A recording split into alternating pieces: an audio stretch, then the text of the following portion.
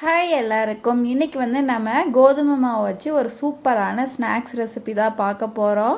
கோதுமை மாவு, உருளைக்கிழங்கு இது ரெண்டும் இருந்தால் போதும், டக்குன்னு செஞ்சு முடிச்சிடலாம்.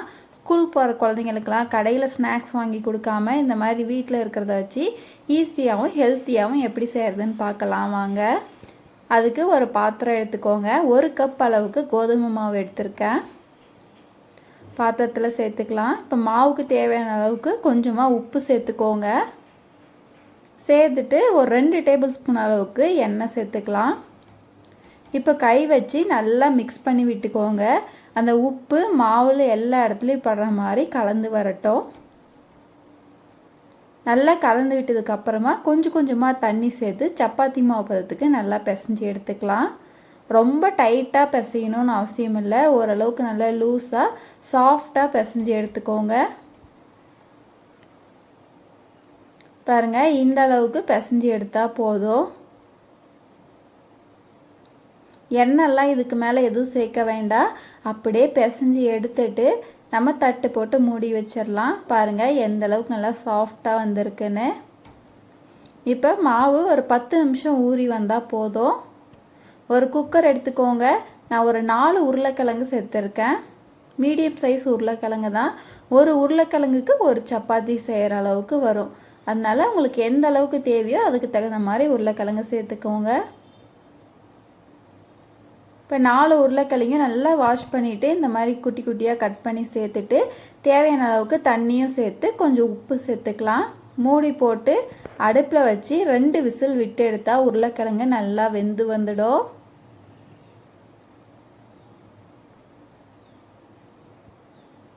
இப்போ குக்கரை அடுப்பில் வச்சுக்கலாம்.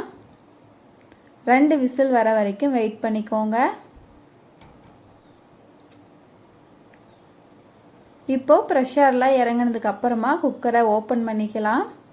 பாருங்கள், உருளைக்கிழங்கு நல்லா சாஃப்டாக வெந்து வந்திருக்கு. நீங்கள் தனியாக கூட மாற்றி சூடு குறைஞ்சதுக்கப்புறமா பொறுமையாக கூட தோல் நீக்கிக்கலாம். நான் அப்படியே கையோட ஃபோர்க்கில் குத்தி அப்படியே தோல் எடுத்து வச்சுக்கிட்டேன்.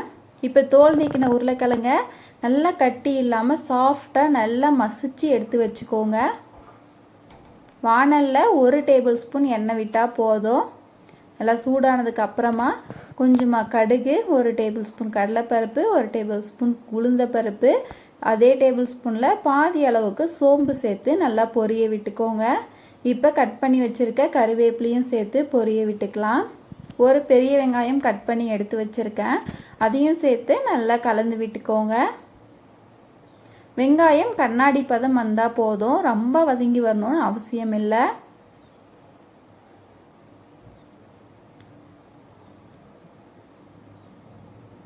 பாருங்கள், இந்த அளவுக்கு வதங்கி வந்தால் போதும். ஒரு 2லேருந்து 5 நிமிஷம் லோ ஃப்ளேமில் வதக்கி விட்டால் போதும். இப்போ கரம் மசாலா 1/2 டேபிள் ஸ்பூன், மிளகாய் தூள் 1/2 டேபிள் ஸ்பூன், மஞ்சள் தூள் ஒரு பிஞ்ச் அளவுக்கு சேர்த்துக்கோங்க. காரத்துக்கு தகுந்த மாதிரி மிளகாய் தூள் அட்ஜஸ்ட் பண்ணிக்கோங்க. நல்லா கலந்து விட்டுக்கலாம். அடுப்பு சிம்லேயே இருக்கட்டும், இல்லைனா மசாலா கருகி போயிடும். மசிச்சு எடுத்து வச்ச உருளைக்கிழங்கையும் இதோடு சேர்த்து நல்லா கலந்து விட்டுக்கோங்க.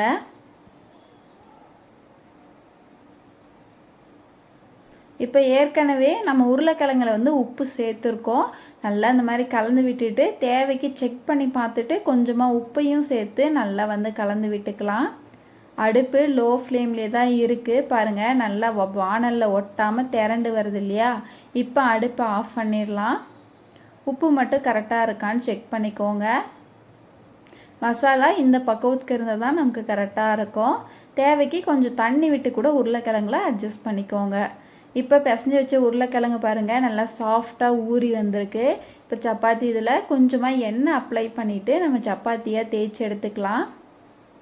நல்லா தப்பமாக தேய்க்கணுன்னெலாம் அவசியம் இல்லை, நல்லா மெல்லிஸாக தேய்ச்சி எடுத்துக்கோங்க.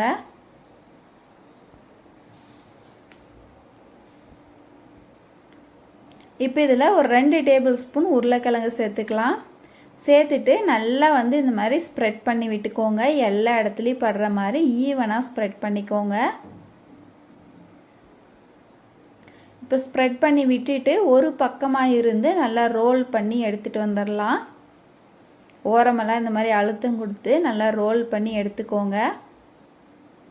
இப்போ இது நல்லா மேலே இருக்கிறது பிரிஞ்சு வராமல் இருக்க இந்த மாதிரி நல்லா ஒரு உருட்டி எடுத்துக்கலாம்.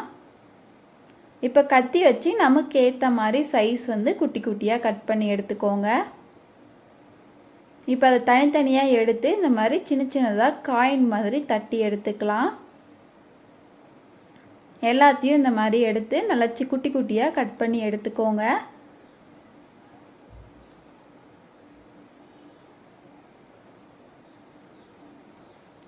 இந்த மாதிரி குட்டி குட்டியாக எல்லாத்தையும் தட்டி எடுத்து ஒரு தட்டில் வந்து எடுத்து வச்சுக்கோங்க.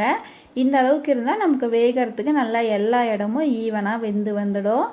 இப்போ இதை வந்து தட்டில் எடுத்து வச்சுட்டு இதே மாதிரி மீதம் இருக்கிறதையும் ஒவ்வொரு பேட்சாக போட்டு எடுத்து வச்சுக்கலாம். அடுப்பை ஆன் பண்ணி தோசைக்கல் அடுப்பில் வச்சுக்கோங்க. 1 டேபிள் ஸ்பூன் அளவுக்கு மட்டும் எண்ணெய் சேர்த்தா போதும். அதுவும் எண்ணெய் சேர்க்காமே கூட மீடியம் ஃப்ளேமில் வச்சு பொறுமையாக வேக வச்சு எடுத்துக்கலாம். எண்ணெய் உங்கள் விருப்பத்துக்கு ஏற்ற மாதிரி சேர்த்துக்கோங்க, இல்லை சேர்க்காமலையும் செய்யலாம். இந்த மாதிரி நல்லா 2 பக்கமும் திருப்பி போட்டு மீடியம் ஃப்ளேமில் வச்சு வேக வச்சு எடுத்தோன்னா நம்மளோட ஸ்நாக்ஸ் வந்து ரெடி ஆகிடும். நைட்டு சப்பாத்தி செய்கிறோம், ஒரு 2 சப்பாத்தி அளவுக்கு மாவு மீந்தாலோ இல்லை எக்ஸ்ட்ராவோ செஞ்சு எடுத்து வச்சுக்கிட்டோன்னா காலையில் 2 உருளைக்கிழங்க வேக வச்சு டக்குன்னு இந்த மாதிரி செஞ்சு குழந்தைங்களுக்கு ஸ்நாக்ஸாக பேக் பண்ணி கொடுத்துர்லாம். வெளியில் எதையும் வாங்கி கொடுக்கணுன்னு நமக்கு அவசியம் இருக்காது. பாருங்கள், நான் வந்து புட்டு காமிக்கிறேன். எந்த அளவுக்கு வந்து சாஃப்டாக லேயராக நல்லா பரோட்டா மாதிரி சூப்பராக இருக்கும். நீங்களும் இதே மாதிரி வீட்டில் செஞ்சு பாருங்கள். ரெசிபி எப்படி இருந்ததுன்னு மறக்காமல் கமெண்ட் பண்ணுங்கள். வீடியோ பிடிச்சிருந்தா லைக் பண்ணுங்கள், ஷேர் பண்ணுங்கள், சேனலை சப்ஸ்கிரைப் பண்ணுங்கள்.